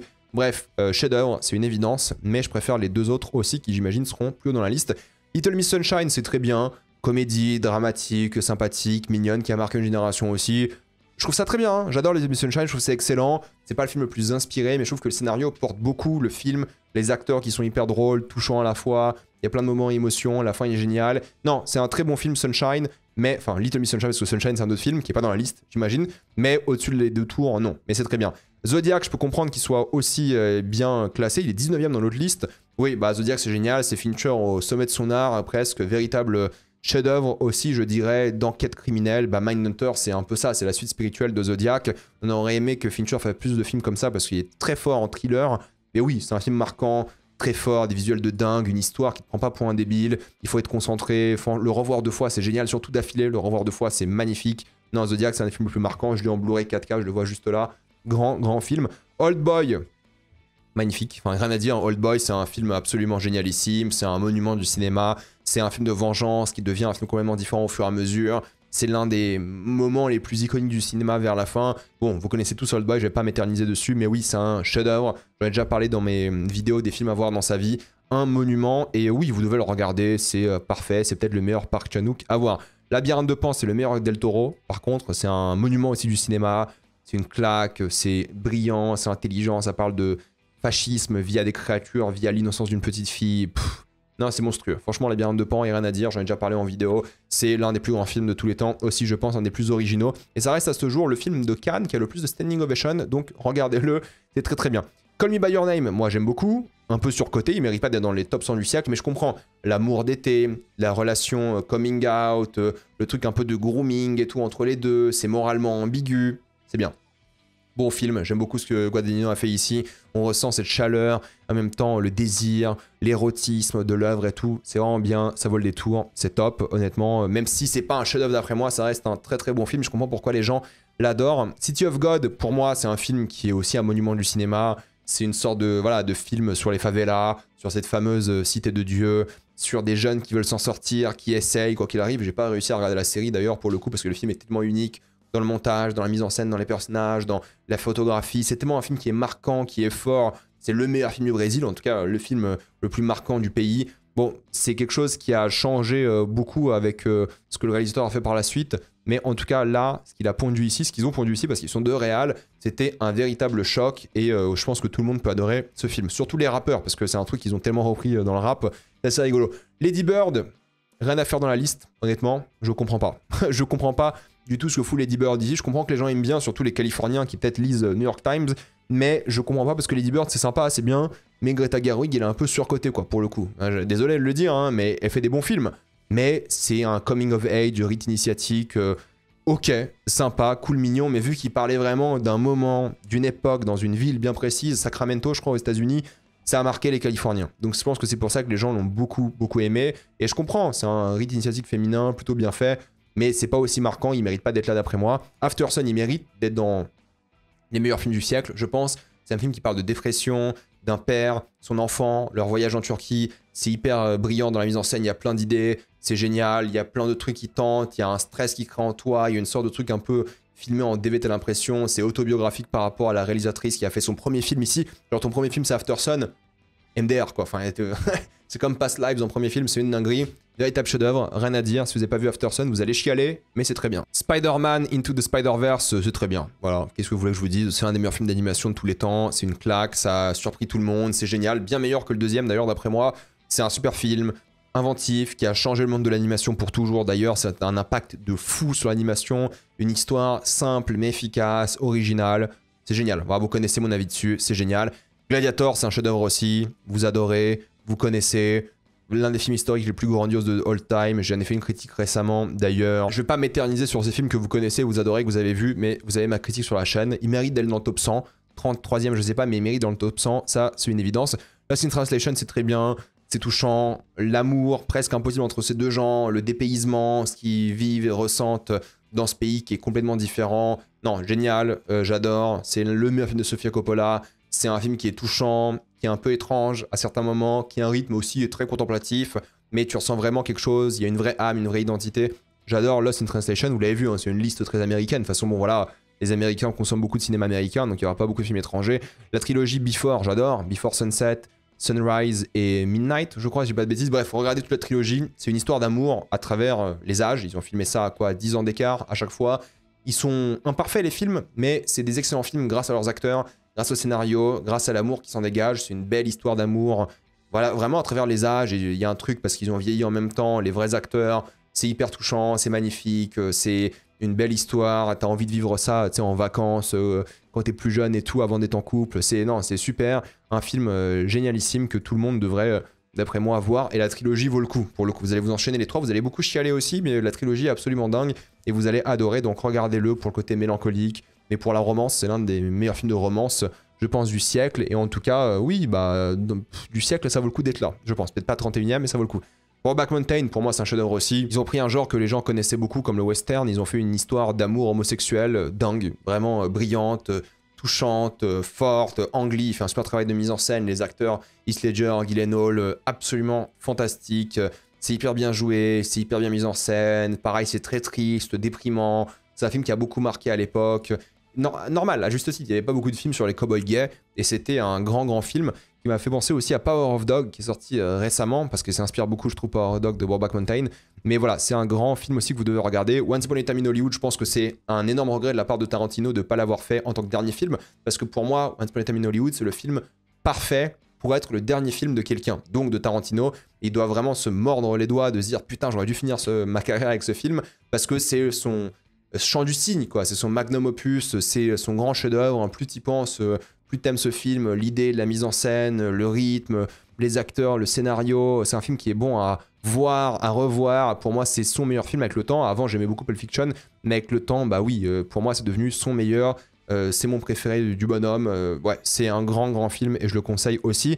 Royal Tenenbaums, c'est pas mon préféré personnellement de Wes Anderson. Je pense qu'il en a des meilleurs, mais je comprends pourquoi celui c'est le préféré de beaucoup de personnes. Je pensais que ça allait être La Vie aquatique ou Grand Budapest Hotel. Peut-être Grand Budapest Hotel est plus haut dans la liste, mais en tout cas, c'est un super film à la Wes Anderson, original, touchant. Il est 21e dans l'autre liste. D'ailleurs, il y a plein d'idées aussi. Bon, moi j'aime beaucoup Wes Anderson, du coup je suis un peu biaisé, mais j'aime tous ses films pour le coup, et celui-ci en fait partie, mais c'est pas mes préférés. Voilà, mes préférés, ce serait plutôt Moonrise Kingdom, Fantastic Fox, Grand Budapest Hotel. Bon, d'une partie 2, vous connaissez, grand chef-d'œuvre du cinéma de science-fiction, un moment unique, grandiose, fort, marquant. Rien à dire. Franchement, c'était l'un des plus impactants qu'on ait vu ces dernières années. Un blockbuster comme on aime, qui te prend aux tripes, qui est dingue, qui a plein d'idées dans le scénario, dans la mise en scène. C'est une énorme claque. Rien à dire dessus. Il mérite sa place dans un top 100, je pense. Portrait de la jeune fille en feu, c'est un film d'amour fantastique, magnifique. Pareil en termes d'idées, d'originalité, d'œuvres. Comme ça, t'en vois pas souvent. C'est un grand film français qui marque aussi, je pense, une génération, aussi à juste titre, parce que c'est une énorme épopée de deux femmes, mais via le spectre de l'amour, quoi. Il y a un truc, l'impression de vivre un truc à la fois court et intense, mais aussi très long, et tu rentres dans la psychologie de ces jeunes femmes, et c'est fort de symbolisme et tout. Non, c'est un super film. Je pense que du coup Les Infiltrés sera le meilleur film de la liste de Scorsese, et c'est très bien Les Infiltrés, je pense pas que c'est un de ses meilleurs, c'est peut-être l'un de ses moins subtils de sa carrière, mais bon, via le casting d'acteurs, le fait que ce soit un remake aide pas non plus en termes d'originalité, mais du coup il reste bien, c'est un bon film, pour le coup rien à dire. Ce qui est bien, c'est que justement, il arrive à mélanger toutes les intrigues, il arrive à faire jouer bien tout le monde, il arrive à surprendre, à créer du stress, de l'intensité. J'adore Les Infiltrés, il y en a pas mal de Scorsese dans cette liste, ça fait plaisir. Encore une fois, beaucoup de cinéma américain. D'ailleurs, on enchaîne parce qu'on a Inception de Nolan. Bon, j'adore, très bon Inception, c'est super, rien à dire. C'est un super film d'action, un peu trop explicatif d'après moi, mais c'est génial. Oppenheimer, pour moi, c'est le chef-d'œuvre de Nolan. Vraiment, c'est son œuvre majeure. Je pense d'ailleurs qu'on aura de Dark Knight plus haut, du coup, vu qu'on l'a pas vu là. Mais pour moi, Oppenheimer, c'est 3 heures de mec qui parle dans une chambre et c'est génial. C'est son œuvre majeure à Nolan, une œuvre américaine dingue, vraiment immersive, grandiose, magistrale. J'adore Oppenheimer, je l'ai vu 2 fois, je l'ai vu même une fois en 70 mm, j'ai le Blu-ray 4K. C'est pour moi son meilleur film, je dirais pas de loin, mais c'est un grand film de sa part. Il m'a mis une claque et il a vraiment géré ça à la perfection, rien à dire. Grand Budapest Hotel, j'adore, voilà, pour moi c'est un chef-d'œuvre aussi. C'est brillant, c'est inventif, c'est original, il s'est bien renouvelé, Wes Anderson avec ce film. Voilà, vous le connaissez tous, c'est un grand film aussi. Peut-être pas un monument du cinéma, mais je comprends pourquoi il est dans un top 100, parce que pour le coup, c'est un super film qui mérite cette place. Comme Children of Men pour moi c'est peut-être le meilleur film de science-fiction de tous les temps, ou parmi les plus grands films de science-fiction de tous les temps, film d'anticipation pour être plus précis. C'est voilà, l'histoire d'un monde, pour ceux qui ne connaissent pas, où il n'y a plus de naissance. Voilà, il n'y a plus de naissance, on fait comment? Voilà, c'est l'histoire, parmi les plus grands plans séquences de tous les temps, parmi les plus grandes idées de mise en scène de tous les temps. La photo est magnifique, le jeu d'acting est dingue, il y a des séquences où tu respires pas, c'est tellement brillant par rapport à la société, ce qu'il raconte, l'avenir de l'homme, littéralement. Incroyable, franchement si vous l'avez pas vu, ça c'est un 5 sur 5, c'est un monument du cinéma. Premier Contact, je suis assez étonné de le voir aussi haut, surtout après Dune, mais Premier Contact pour moi c'est le meilleur de Villeneuve aussi parce qu'il arrive à réinventer la grammaire cinématographique, un peu comme Memento, ça s'est raconté un peu dans le désordre, mais à la fois dans l'ordre, si vous comprenez ce que je veux dire, si vous avez vu le film, c'est à la fois fort, impactant, touchant, beau. Il y avait vraiment plein d'idées là où Dune est un peu classique entre guillemets, hein. Là il tente des trucs en termes de mise en scène, de montage et tout. Non, franchement, Premier Contact, c'était absolument dingue. Whiplash, c'est le film entre guillemets, j'allais dire rock'n'roll, mais c'est le film un peu jazz extrême sur comment on veut se dépasser, comment on veut pousser les choses à son maximum, quitte à perdre son humanité, qui on est. Bon, ça a été un peu mal vu, je pense que les gens ont un peu pris la mauvaise idée du film, et en même temps, je pense que le film mettra en avant cette relation toxique et tout, mais bon, c'est un peu le but. On peut parler de la moralité de Whiplash un autre jour, mais en tout cas, en termes de mise en scène, d'impact, 19e, c'est un peu élevé, donc il y a je vois La La Land juste là, il n'y aura pas Babylone, j'imagine, mais oui, c'est très bien. Top 100 du siècle. Je sais pas, honnêtement, mais j'aime beaucoup Whiplash, c'est très divertissant, et c'est un très bon film à conseiller aux gens qui regardent pas de films. En fait, c'est ça qui est bien, c'est une porte d'entrée absolument parfaite pour les gens qui aiment voir des films qui sont vraiment bien, accessibles, courts, et qui mettent une claque. Moonlight, 18e, c'est un peu haut dans la liste aussi, j'aurais même pas mis dans un top 100, mais c'est touchant, c'est beau, c'est pareil original sur l'histoire de l'homosexualité, dans des quartiers vraiment où il n'y a pas d'homosexualité, où les gens en parlent pas du tout, c'est pareil une œuvre sur une seule génération, mais à plusieurs époques, 3 acteurs différents, c'est hyper bien mis en scène, c'est beau, c'est touchant, j'adore Moonlight, franchement Moonlight je défends. Get Out pour le coup un peu surcoté je trouve, alors j'aime beaucoup Get Out, très divertissant, très fun, très cool hein, de manière générale, un bon film d'horreur psychologique et tout. Moi plus t'avances dans le film plus il me perd un petit peu, je préfère Nope. Nope d'après moi c'est le meilleur film du réalisateur Jordan Peele, c'était une déception. Get Out, bonne porte d'entrée, bon la connotation sur racisme et tout était bien mais c'était pas non plus le truc qui m'a le plus marqué, même si c'était cool. Voilà, je comprends pourquoi les Américains ont vraiment connecté avec l'œuvre de manière générale, mais je trouve Nope bien plus intelligent, bien plus fort en termes de mise en scène, d'imagerie et tout, même si Get Out est très bien. La La Land, bon voilà, La La Land c'est un classique. En termes de comédie musicale, ce siècle-là, on n'a pas été hyper bien servi côté américain. Il n'y a pas eu énormément de chocs en termes de comédie musicale, c'est vrai. Donc La La Land est peut-être la meilleure comédie musicale américaine du siècle. Oui, bah c'est touchant, ça fait chialer, c'est hyper bien mis en scène, il y a plein d'idées, il y a une musique de fou, ça a marqué tout le monde. Oui, bah oui. Qu'est-ce que vous voulez que je vous dise? C'est très très bien. Voilà, c'est très très bien. Moi j'adore, je pense que c'est un chef-d'œuvre. Je l'ai en Blu-ray aussi, c'est top. Là on enchaîne, on a les deux. Return of the King qui est d'après moi le meilleur pour le coup. Bah voilà, grande œuvre, la fin hyper longue mais hyper touchante. Les batailles de dingue, les personnages, l'émotion réussie. Et Fellowship, la communauté qui est bien plus intime au début. C'est le début, c'est voilà, l'Odyssée aussi qui commence, l'aventure. Je comprends pourquoi les deux sont au même niveau. Voilà, les deux c'est ex aequo, quoi. C'est 5 sur 5. Des grands films, la trilogie la plus impactante de l'histoire du cinéma, peut-être. En tout cas, c'est génialissime. Du coup, tu tapes ça, tu dis ok, les deux sont là, incroyables. Et tu tapes après Everything Everywhere All at Once. Tu dis bon, j'aime beaucoup le film, hein. Je trouve que c'est un très bon film. J'adore l'originalité, le concept, les idées de réalisation, les acteurs, le truc un peu barré sur le multivers qui est top, le montage aussi qui est assez inventif. C'est génial, hein. Moi j'adore vraiment Everything Everywhere All at Once, je trouve que c'est super. Mais voilà, je pense pas qu'il est meilleur que Le Seigneur des Anneaux. Et 13e de cette liste. Ok, voilà, c'est un peu surcoté par rapport à cette liste, même si moi j'aime beaucoup le film. In the Mood for Love, pour le coup, pour moi, c'est le grand film de Wong Kar-wai. Je les ai pas tous vus, j'en ai vu que 4, j'avoue, de Wong Kar-wai. Mais c'est l'histoire d'amour impossible, le truc charnel, mais pas érotique, en même temps très érotique, mais il n'y a pas de nudité. Et c'est une musique de dingue que t'écoutes en boucle après. C'est des moments magnifiques, c'est génial, quoi. Enfin, c'est le film sur l'amour le plus dingue que tu peux voir. L'un des plus marquants du siècle, c'est une évidence. Pour moi, il mérite d'être dans le top, quoi. Clairement, top du siècle. Rien à dire, c'est un film génialissime, regardez-le sans rien savoir, vous allez être pris aux tripes, c'est brillant, c'est un chef-d'œuvre, c'est un monument même du cinéma, grandiose. Alors Inglourious Basterds, là je vous jure, je comprends pas parce que moi j'aime beaucoup le film, je trouve qu'il est cool et tout, et on kiffe tous voir des nazis mourir, mais il est un peu surcoté je trouve par rapport à la carrière de Tarantino, hyper divertissant, hyper bien, mais honnêtement, Once Upon a Time in Hollywood c'est meilleur, je trouve que beaucoup de ses films de sa carrière sont meilleurs, Reservoir Dogs, Pulp Fiction. Franchement, pour moi, il est au milieu quoi, de sa carrière, mais non, les gens l'adorent. Apparemment, il est 14e sur l'autre liste. Je capte pas. Franchement, je capte pas. Il est très bien. Je l'aime beaucoup. Il y a des scènes de fou, mémorables, des acteurs de dingue, une tension de fou, une comédie de fou, mais bon, ok. Bah, c'est très bien, hein, mais je capte pas. 11e, un peu surcoté, et 14e sur l'autre liste, un peu surcoté aussi. On va parler de l'autre liste dans quelques secondes. Bon, Social Network, pour moi, c'est le meilleur film de David Fincher. Le plus dingue, le plus intelligent. Le combo Fincher, Aaron Sorkin, c'est du miel. Vous allez me dire, ouais, t'aimes pas Seven un peu plus? Bon, j'adore Seven aussi, hein, je pense que Seven c'est aussi un monument. Mais la manière dont il fait avec du dialogue et la mise en scène, j'ai l'impression qu'en fait, le dialogue et le scénario est en train d'affronter la mise en scène durant tout le film. T'as l'impression que Sorkin et Fincher voient du coup Zuckerberg d'une manière complètement différente. Et au fait, ce duel entre la mise en scène et le scénario, cette confrontation, bah, elle est hyper forte, je trouve, par rapport aux thématiques, par rapport aux personnages, la manière dont c'est traité. Et je trouve que c'est, oui, le film le plus, révolutionnaire, je pense, pour Sorkin et Fincher à ce moment-là. Parce que c'est que des dialogues, et encore une fois, ils sont très très forts pour les raconter, pour en parler. C'est un film qui est révolutionnaire aussi un peu dans son approche, je trouve. Mais surtout, ce qui est fort, c'est qu'il est presque prémonitoire, quoi, ce film. Tu te dis, putain, et le gars, en 2010, il avait compris les choses qui se passent aujourd'hui. C'est très très fort, c'est dingue. Et franchement, Social Network, c'est un bijou. C'est le meilleur film de Fincher et de Sorkin en tant que scénariste. Eternal Sunshine of Spotless Mind, c'est un film que j'en ai beaucoup parlé sur la chaîne aussi, évidemment. C'est mélancolique, c'est touchant, c'est inventif, ça joue sur le rêve, ça joue sur les désirs, ça joue sur les relations, sur l'amour. C'est le plus beau film d'amour hein, que vous allez voir, peut-être, l'un des plus beaux films en tout cas, j'allais dire, mais c'est très très bien. Franchement, c'est rien à dire, c'est génial, vous connaissez tous ce film, à juste titre, c'est très très bien, un chef-d'œuvre aussi.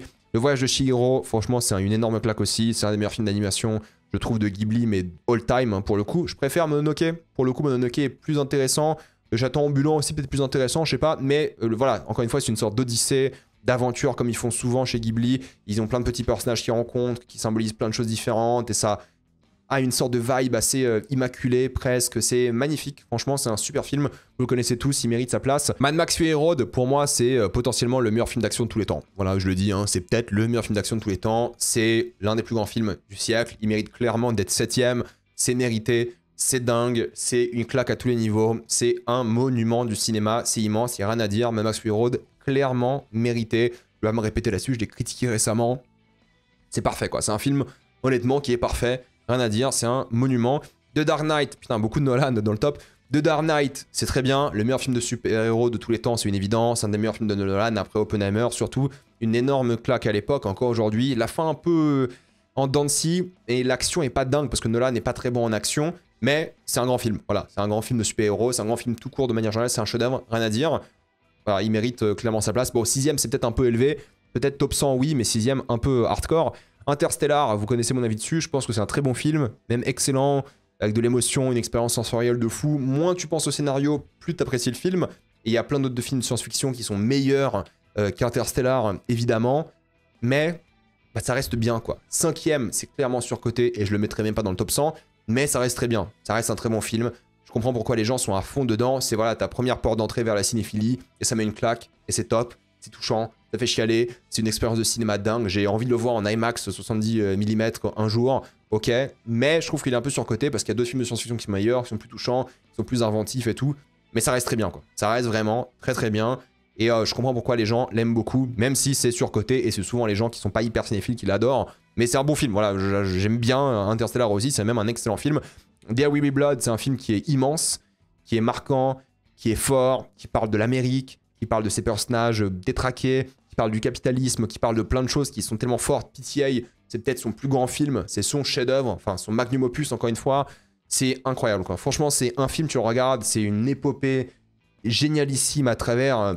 pareil, la vie d'un homme, mais il voit la société américaine naître et le capitalisme américain naître de manière générale. C'est une claque. Non mais honnêtement, ça, regardez-le, je l'ai déjà conseillé sur ma chaîne dans la vidéo des films à voir dans sa vie. C'est une pépite absolument remarquable. No Country for Old Men, c'est le meilleur film des frères Cohen. J'en ai parlé pareil récemment dans ma vidéo des films à voir dans sa vie, parce que c'est hyper divertissant. Bon, le rythme n'est pas hyper soutenu, enfin... pour regarder quoi, mais c'est un western contemporain adapté de Cormac McCarthy, qui est l'un des plus grands auteurs américains de tous les temps. C'est une œuvre majeure, folle, remarquable, avec un Javier Bardem génial qui a gagné l'Oscar d'ailleurs pour ce rôle. C'est une idée de mise en scène par plan, c'est réussi vraiment de tous les points de vue. C'est l'un des meilleurs films des frères Cohen et je ne peux que vous le conseiller pour le coup, c'est une véritable claque. Mulholland Drive, c'est peut-être le meilleur film de David Lynch. Voilà, c'est le film le plus marquant de sa carrière, avec peut-être Lost Highway, j'ai envie de dire, mais c'est une expérience folle, une plongée dans la vie de ces femmes, de ce qu'elles veulent faire dans ce monde horrible d'Hollywood, de qui elles sont, de ce qu'elles essayent. Il y a une sorte de presque enquête psychologique qui se passe en même temps. C'est très particulier. Voilà, c'est un David Lynch, donc regardez-le sans rien savoir. Je pense que c'est très très bien. Il mérite sa 2ème place, quoi. Franchement, il mérite. Ça fait partie de ses plus grands films ever de tous les temps. C'est un 5 sur 5 facile. Rien à dire. C'est un film majeur. Et oui, c'est mérité. Franchement, c'est mérité. Regardez-le. Moi, je me suis racheté tous les David Lynch là récemment, mais celui-ci est grandiose. Et le premier est Parasite, pour le coup. Peut-être un peu surcoté, genre le meilleur film du siècle, un peu surcoté, mais un chef-d'œuvre. Honnêtement, un chef-d'œuvre, grand film, marquant, rien à dire, hyper intelligent. Bong Joon-ho, il signe ici l'un de ses meilleurs films. Peut-être top 3 du cinéaste, peut-être, mais pas premier. Pour le coup, Memories of Murder, c'est meilleur, par exemple, et tout, mais ça reste un bijou, ça reste un monument. Je comprends pourquoi il est premier, et c'est aussi voilà l'Amérique qui s'ouvre à des films étrangers, parce qu'il n'y en a pas beaucoup dans la liste, mais c'est un grand film, et d'ailleurs aussi premier sur l'autre liste qu'on va regarder maintenant, mais oui, Parasite, c'est extrêmement bien. Alors là, pour le coup, je vais pas repasser 1 heure à parler de tous les films, je vais juste vous dire s'ils méritent d'après moi d'être dans la liste ou pas, pour le coup, donc je vais aller très très vite. Encore une fois, j'aurais parlé en détail sur mes streams, donc c'est pour ça que j'ai pas envie de me répéter ici. Mais peut-être si ce genre de vidéo vous aimez bien, j'en ferai d'autres par la suite. Donc je vous dis juste si les films méritent d'après moi d'être dans la liste ou pas, pour faire simple. Voilà, il y a plein de films, vous allez voir. Donc ça, pour savoir, c'est 500 personnes, réalisateurs, acteurs et autres, qui ont donné des films au New York Times. Et c'est eux qui ont complété cette liste avec un classement. Donc voilà, c'est des films du siècle, par des professionnels. Avant, c'était des lecteurs du New York Times. Maintenant, c'est des professionnels du monde du cinéma, d'Hollywood majoritairement. Donc Superbad, on en a parlé, d'après moi il mérite pas d'aller dans le top 100. Voilà, c'est bien, mais voilà. Memories of Murder, chef-d'œuvre, il devrait être dans le genre top 30 d'après moi. 99, c'est trop bas pour ce film. Grizzly Man, très content de le voir, un chef-d'œuvre de documentaire, l'un des meilleurs de Werner Herzog. Si vous l'avez pas vu, celui-ci, c'est une pépite. C'est une claque, donc regardez-le. Gravity, c'est aussi un chef-d'œuvre d'Alfonso Cuarón. C'est beau, c'est philosophique sur la dépression, la renaissance. Vous voyez avec le cordon ombilical ici. Regardez-le, une expérience de folie, voilà, ça c'est beaucoup mieux qu'Interstellar par exemple, mais regardez-le parce que c'est profond, c'est beau, c'est touchant, c'est une énorme claque, c'est d'ailleurs Edgar Wright qui l'a voté, vous pouvez voir ici à chaque fois qui a voté pour ce film, excellent. Black Panther mérite pas d'être dans la liste, voilà, c'est bien, hein, mais soyons sérieux, il mérite pas du tout d'être dans la liste, c'est un Marvel sympathique, peut-être même l'un des meilleurs, mais il mérite pas d'être là, c'est une évidence, mais il est bien quoi. Ça c'est le film qu'on a parlé tout à l'heure, je lui ai en 12 chapitres, très bien, c'est mérité d'après moi. Minority Report, je suis content de le voir, alors je suis pas vraiment fan en disant qu'il mérite dans la liste des top 100. Mais c'est cool parce que c'est un film original, intéressant, bien géré, la collaboration Cruise-Spielberg, moi j'aime beaucoup, La Guerre des Mondes aussi. Donc je suis content de voir le film qui mérite d'être là. Michael Clayton, j'en ai parlé tout à l'heure, je sais pas s'il mérite dans le top 100 du siècle, mais il est vraiment bien.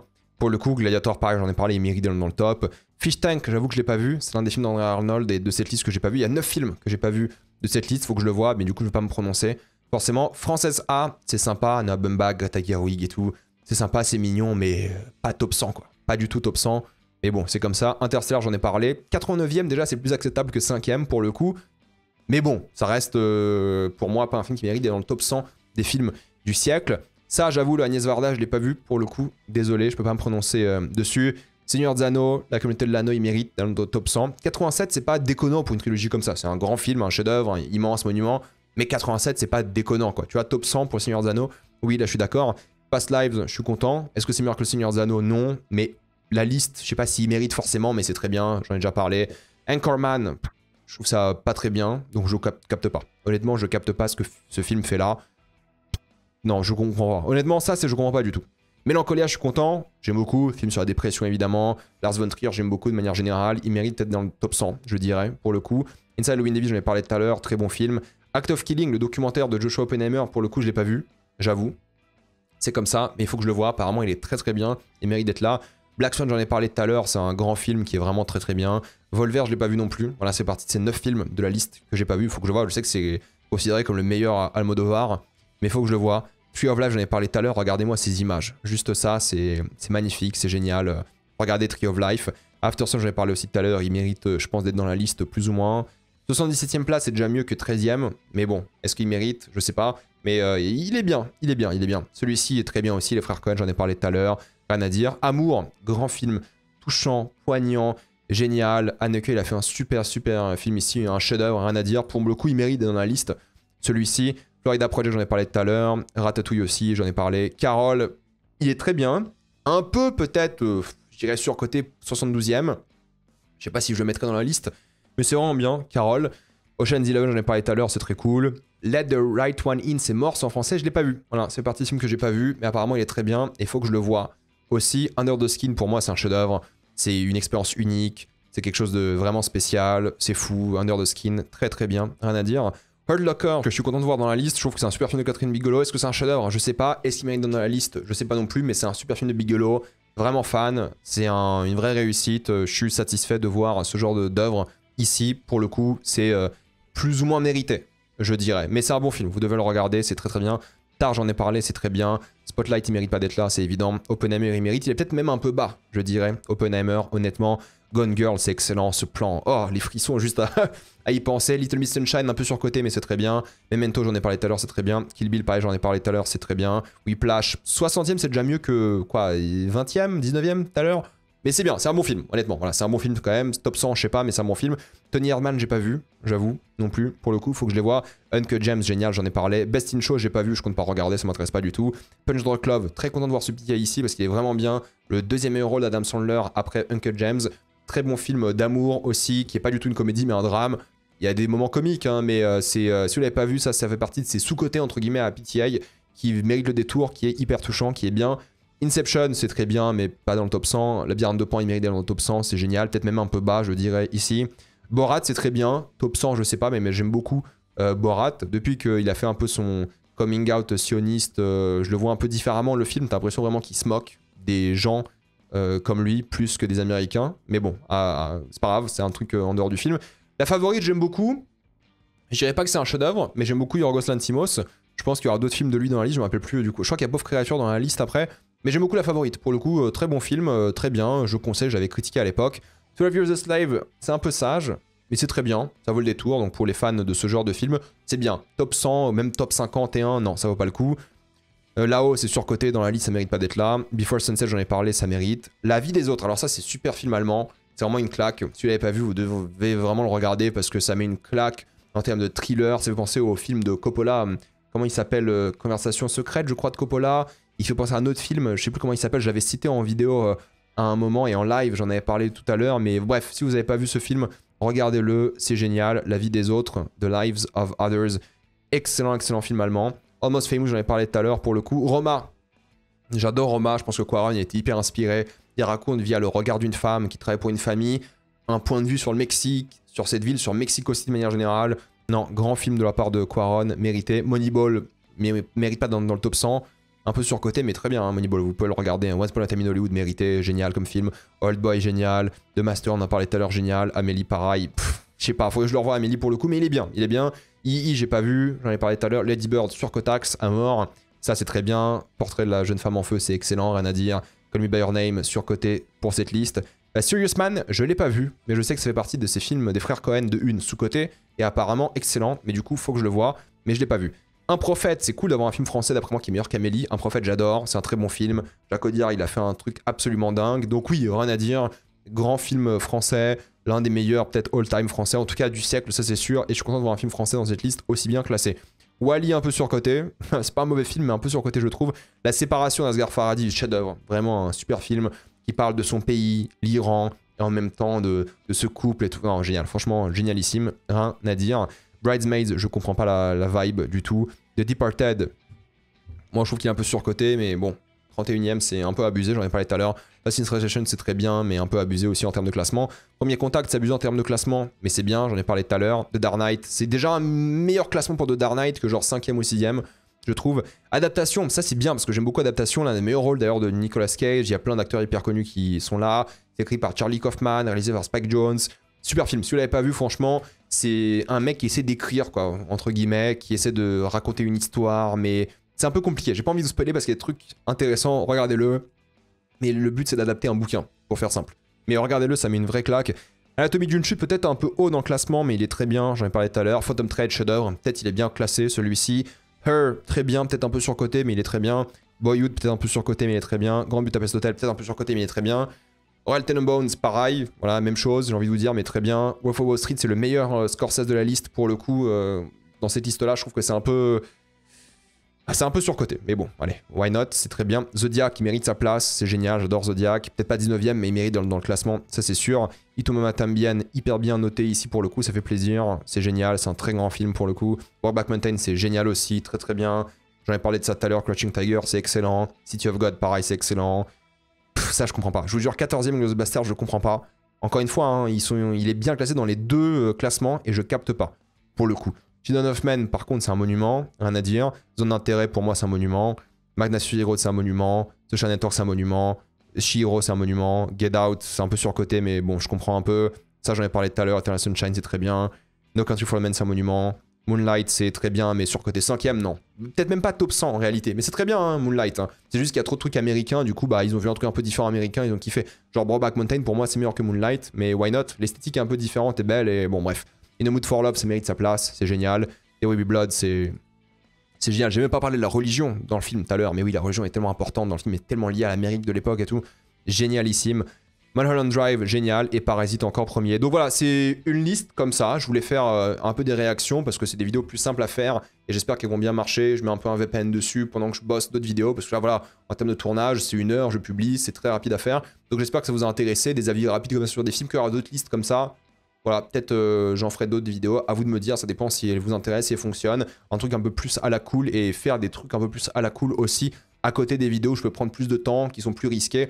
Dites-moi ce que vous pensez de ces listes dans les commentaires, je suis très curieux d'avoir votre avis. Je suis vraiment impatient parce que j'en ai parlé un peu en live et c'était cool de faire ça avec eux, mais vous sur YouTube maintenant, aussi curieux de voir ça. Donc mettez-moi tout ça dans les commentaires. Avant de quitter cette vidéo, pensez à utiliser le lien dans la description, le commentaire épinglé, afin de débloquer toutes les plateformes de streaming en toute accessibilité, sécurité et avec beaucoup plus d'œuvres. Tout ça pour 2,03€ par mois plus 4 mois gratuits. Foncez sur l'offre. Pensez à vous abonner à la chaîne pour voir les prochaines vidéos. Mettez un j'aime, ça aide beaucoup la chaîne. Suivez-moi sur tous mes réseaux comme Spotify, TikTok, Instagram ou Twitch. Et moi je vous dis à la prochaine fois.